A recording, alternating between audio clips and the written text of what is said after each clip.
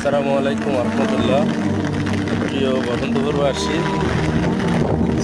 মুন্সিয়ার চৌদ্দগ্রাম কুমিল্লা বসন্তপুর পুরো বাসে তারা নতুন বাড়ি করছে বা অনেক পুরানো আসছে। বিগত 20 বছর 30 বছর এত বড় বন্যা দেখা নেই। পাহাড়ি ডল নামে সব তলায় গেছে।